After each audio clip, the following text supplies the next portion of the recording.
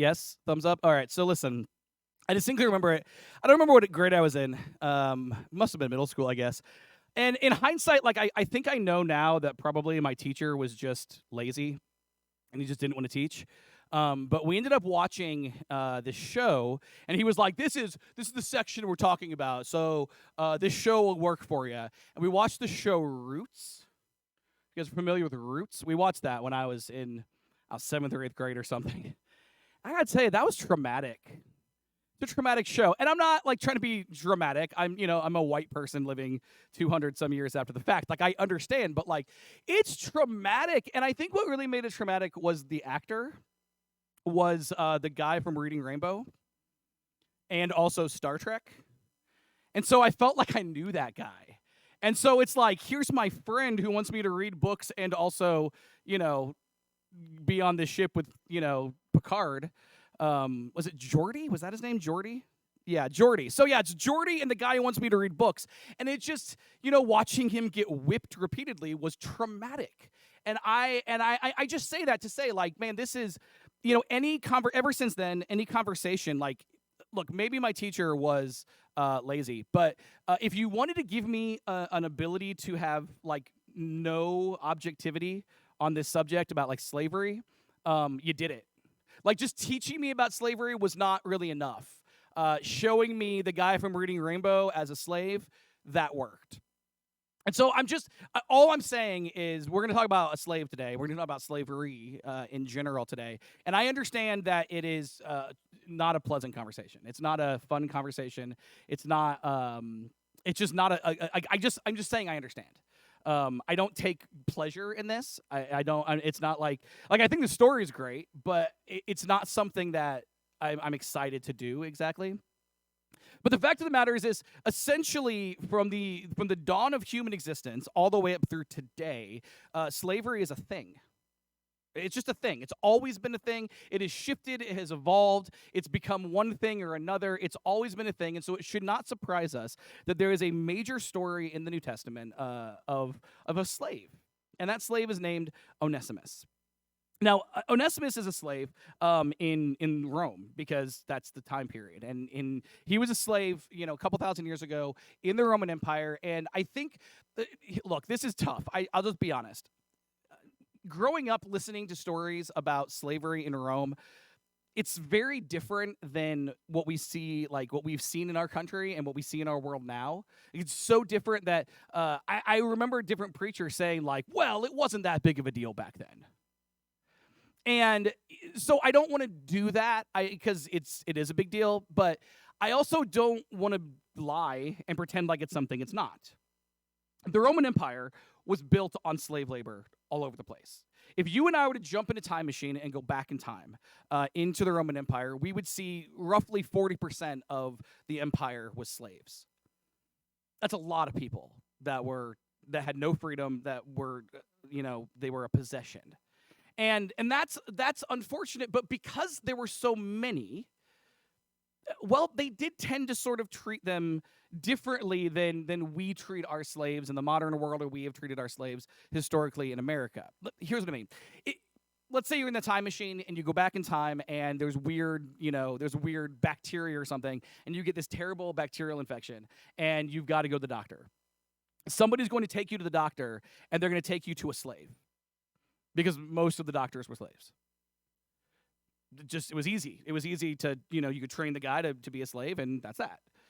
Or like if you might go back in time and you meet somebody and they would say, "Oh, we just had a baby, and here let me introduce our baby to you," and you would see the baby, and the mom wouldn't be holding the baby; it would be a slave holding the baby. Because the baby's a nanny. Like, you don't get, I'm not a parent myself, but I get the impression that if you're a parent, there's nothing really more trusting that you can do than give your kids up to somebody. And they gave their kids up to slaves to raise them because they trusted them. Businessmen built the empire. Their accountants were slaves. It just kind of was what it was. You could become a slave in a lot of different ways in the Roman world, and it wasn't all terrible. Like, a lot of it was terrible, right? They would, fight slaves in the arena, and they would, all the sex workers were usually slaves. And I mean, you could get the short end of the stick that way, but there's a lot of slaves that just existed within the empire and were just normal. And that's partly because they would often get slaves from like orphans. Like they would get orphans, and they would otherwise die, and so, well, I'll just take the child as my property and raise them to be, my property. Or, a lot of times it would be you could get slaves, somebody who was in debt, right? Somebody who racks up a ton of debt. And so you're never going to pay off that debt the normal way or the legal way. So you may go ahead and you would become a slave, and it would be for a specific period of time, usually until you're 30. So you could say, okay, well, I'm 15 and I've got this massive debt. They became adults earlier back then. And so, okay, I'm 15. So from 15 to 30, I will be a slave. And at 30, my debt is paid off, and that's what I'll do. That was super common. Or maybe, you were a general, or you were a soldier, or you were whatever, and you would, lose a battle for Rome. They didn't like that. And then you'd be given two options: execution, or you could be a slave. Well, obviously that guy, once he's a slave, you're going to respect the guy because, he was a soldier for the empire. The empire was built on slavery. It wasn't like, it wasn't all kidnapping, though I suppose a lot of the slaves came from, conquered people who, hey, we absorb you into the empire, and you guys are the ones who fought back, so you guys will be slaves. But regardless, the empire is built on slaves. And for you and I, it would almost be difficult from the outside looking in to tell the difference between a free person and a slave. From the inside looking out, they obviously could tell. And that's where, look, everything I just said sounds like it's all just hunky-dory, right? It's not. It's not. Like, being a slave was horrible from the perspective of you are property. You don't have an ability to choose. You can't say no. If your master, treats you well, wonderful. But if they don't, there's nothing you can do about it. You have no ability, you have no legal protections, no legal rights. And if you escape, well, they're probably going to cut off one of your limbs. They're definitely going to brand you as a runaway, so that way everybody in the future knows what you've done. They may even kill you. It's kind of it's not a good thing. And so if you're thinking about like slavery within the context of, our world now, with human trafficking, we have more slaves now than we've ever had in human history. If you're thinking about it from that perspective, or you're thinking of it from, what built America, a couple hundred years ago, it's not like that. And in some ways it's better, but in some ways it's just as bad. So that is the way that it operates. That is the context in which this fellow by the name of Onesimus ends up being a slave. And he was a slave in a Roman occupied city called Colossae. And we're not totally sure exactly what it was that made him run away. But we do know that he ran away. And we're guessing that the reason, just from the context clues we get in what we have written about him, we're guessing he was kind of a thief. We're guessing that he stole, and because he had stolen, because he had, taken, what wasn't his and what belonged to his master, that he was really kind of finds his back up against the wall, where he's either going to be punished as a slave who is, stealing from his master, or he can run away and take his chances. And Onesimus chooses door number 2. And Onesimus ends up saying, okay, I'm going to escape. And he goes to the one place. He goes to the one place that basically every escaped slave went, and that was to the capital city of Rome. And that sounds dumb, I'll admit. Like, I would think you'd want to do the opposite, because, I'm not actually thinking it through. When you first hear all the escaped slaves go to Rome, go to the capital, you think, well, why? They're just going to get caught. There's more police there. There's more, well, not police, but, soldiers, their version of police. There's more soldiers. There's more people. There's more chances for you to get caught, right? And then sent back and punished. Like, you would think that that's not a thing that you should do. And that's all true. But what's equally true is the largest city in the history of humanity was Rome. You want to get lost in a place, you don't go to Ashland, You get a new person in Ashland, and everybody's like, "Who's that? Where'd you come from?" You know, like, you don't want to do that. You want to get lost somewhere. You've got to go to the place where you get lost, and they end up that ends up being Rome. So as silly as it sounds, a lot of escaped slaves go to the capital, and they say, they start a new life, they get a new name, they do whatever, and that works. And for Onesimus, it appears that that's what happened. It appears that he was able to escape from Colossae, he was able to travel to Rome, and he was able to begin a new life. But the problem with a thief is that a thief is a thief. That's the problem at the end of the day. When it all comes down to it, people are usually what they show you that they are. And Onesimus was a thief, we think, and he ends up in Rome, and he ends up arrested. And we're pretty sure that he ends up arrested for being a thief. Now, it's really important we understand this point. He was not arrested for being an escaped slave, a runaway slave. If he had been arrested for being a runaway slave, the story goes very differently. He just gets sent back to a Colossae, probably gets a foot cut off, and that's just that, right? And that's, we don't know his story in history. The fact is, though, he ends up arrested, and he ends up put in prison. And he ends up put in prison around 60 AD. That's a really important date, because if you end up in a Roman prison around 60 AD, there's a pretty good chance that you're going to meet a guy by the name of Paul. Because Paul is in prison in 60 AD in Rome. And as it turns out, Onesimus and Paul end up being cellmates. Now, this part of the story is very, very, we don't know. We don't know exactly what happened. We know the beginning, they end up as cellmates, and we know at the end, which Onesimus ends up becoming a Christian, and he and Paul become, family. We're not totally sure what happens in between. My best guess is this is what happens. My best guess is Onesimus was not going by his name, right? Because that was his, it's a slave name. That's the name that he's been given, that he's trying to run away from. And so my guess is that Paul just meets this guy who's in prison for stealing.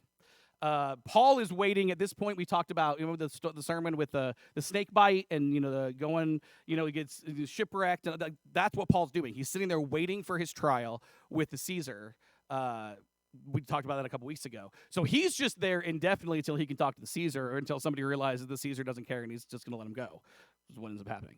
But he's just in there indefinitely. So he ends up, here's this guy. Paul's just sitting around waiting, and here comes this guy named, who's in prison for stealing. And they just start becoming friends, because what else are you going to do in prison? And over time, Paul ends up explaining to him, this is who Jesus is. This is what I'm doing. I'm planning churches. This is what I'm about. And at some point, Onesimus ends up, number one, converting to Christianity, and number two, getting released from prison. And then he sticks around. See, Paul was never by himself, ever. He always had people with him. Whether it's Timothy, whether it's Silas, whether it's Barnabas, we know some of the names. There's a lot of names we don't know, but Paul has a lot of help all the time wherever he's out, and Onesimus starts helping him, because Paul is able. We have all these letters that Paul is sending out and stuff. Well, Paul, he's not like dropping in a mailbox. Like, I don't know if they had a postal service, but they're not sending it from prison. They don't care. So, so Paul he's got to send stuff out to people. They're helping him with, food and stuff, because they didn't really feed him, all this stuff. And so Onesimus ends up helping Paul to survive and helping Paul with his ministry. And I think what happened was one day Onesimus' conscience got the best of him. Because Onesimus' name is like Hank or something. And he and Paul are so close. They're like family. I mean, Paul is going to talk about, like, I'm like his father and he is like my son. And I think at some point, Onesimus, his conscience gets to him. He's like, he doesn't even know my name. And so Onesimus tells Paul, hey, listen, I've lied to you, and I trust you now, and I just need you to know that my name is not Hank. My name is Onesimus, and I'm actually a runaway slave from Colossae. And I think when he told Paul that, Paul's like, oh, yeah, I know people in Colossae. Who was your master? And that's when Onesimus says Philemon. And that's when Paul says, you've got to be kidding me. I know that guy. Not only do I know that guy, we're close. Like, I know that guy, and we're close. And that guy is actually a leader of a church in Colossae. Like, actually, he's one of us. And I don't just mean another Christian. I mean a guy actively working to build the kingdom of God. I know that guy. And it's at that point that we need to pause the sermon and have a side conversation.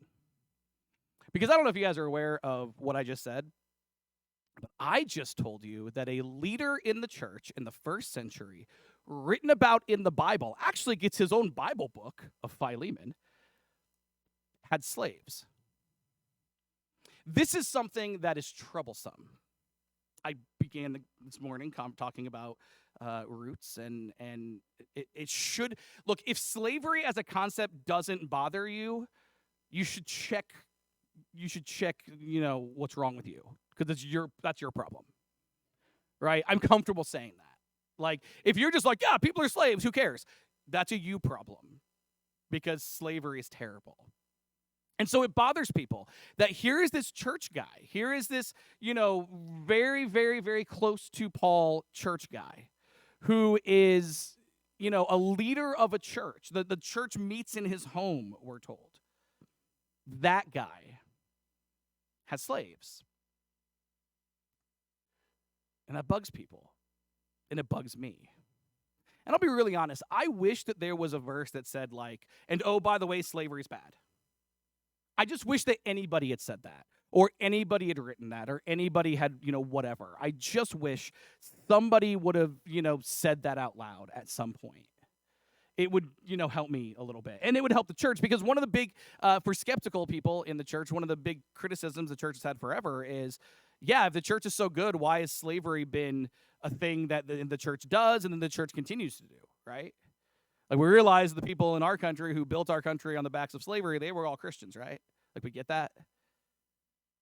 So it's a thing that is bothersome. It's troubling. And I'll be honest, I've thought over the years of, like, what is the best answer to this? And my favorite answer to this now is, yeah, it's bad. But there is no world where we can stand in judgment of people in the past for slavery. At least so long as we have cell phones. Or your kids have tablets. I wrote this sermon on a laptop. All of those things, the battery inside, is built from a mineral that slaves pull out of the earth. Hilariously, when people complain about, like, slavery and social justice things on, like, Twitter, or is it X now? I can't keep it up. I can't keep up. When they go to Twitter to complain, they're typing on their slave device about how other people are bad. None of us have clean hands, guys. Like, until there are not slaves building our economies around the world, nobody has clean hands. We've all got blood on our hands here. And I'm not saying we should just accept that and be fine, but we should be humble enough to say that maybe we should deal with our stuff instead of worrying about their stuff. And maybe we should all just come to the understanding that we're all born into a world that we didn't choose to be born into. Like, none of us were like, I'd like to be born in 1984. Nope, I just showed up in 1984 screaming. And then I've got to deal with the realities of the world from the next 39 years. I've got to deal with that. Philemon was born, 30-something AD probably, 20-something AD, and he's got to deal with the world he lives in. Slavery was normal then, as normal as us playing on our phones is. And we all have to reckon with our role in all of this. And so maybe we should just say, man, what a terrible world they lived in which things were normal that shouldn't have been normal. And what a terrible world we live in which things are normal that should not be normal. And maybe we should just have the understanding that as rational, reasonable, ethical people trying to follow Christ, the best thing we can do is just our best. And maybe Philemon was doing that, and maybe he wasn't. But I know that we are not in a position to attack anybody on this issue. Okay, so back to the sermon. So Paul hears this from Onesimus, that he was a slave and Philemon is his master. And Paul says, okay, I need you to do something for me. I need you to get me pen and paper. He writes this very quick little letter. He gives it to Onesimus. Onesimus says, look, I need you to trust me. I need you to trust me. I need you to go back home. And I need you to give this letter to your master. And we don't have a Bible verse that says slavery is bad, stop doing it. But what we have is arguably better. This is what we read in the book of Philemon in our New Testament. Paul writing to his buddy who owned a slave. He says, I always thank my God when I pray for you, Philemon, because I keep hearing about your faith in the Lord Jesus and your love for all of God's people. And I am praying that you will put into action that generosity that comes from your faith as you understand and experience all the good things we have in Christ. Your love has given me much joy and comfort, my brother, for your kindness has often refreshed the hearts of God's people. That is why I am boldly asking a favor of you.